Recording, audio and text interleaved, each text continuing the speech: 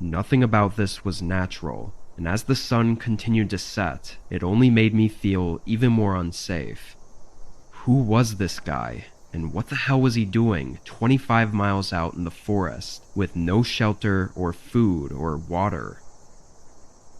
About 30 minutes passed, and he still didn't move. I decided, though, that I couldn't stay there. I had nowhere else to really go, but I figured I just had to find some random spot and make sure he didn't follow me. I began taking down my tent and packing up, and it was only then that the man looked over at me. And once he did, he never looked away. Every time I looked at him, he was staring right at me. Once I got everything stashed in my backpack, I saw in the corner of my eye that the man stood up. I began walking as fast as I could, hearing his footsteps following close behind me. I clutched my small knife tightly in my hands, unsure what was going to happen. After a minute, I looked back a few times, seeing him still following, but getting further away.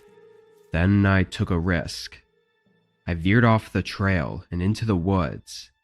It was pitch black by now, so I hoped he didn't see me and would just keep walking. Once I was maybe 20 feet into the woods, I leaned out behind a tree and waited. 30 seconds later, his footsteps came down the trail, but just as he was about to pass by, he stopped. I watched his figure in the dark, looking around as if he knew I wasn't on the trail anymore. Then he started yelling. He was trying to sound friendly, too, which made it even more disturbing. After 2 minutes, though, he stopped yelling, but instead of going back to the campsite, he walked straight into the woods on the other side of the trail. His figure disappeared, and the woods fell silent. I must have waited there for over an hour before finally getting up and making my way back.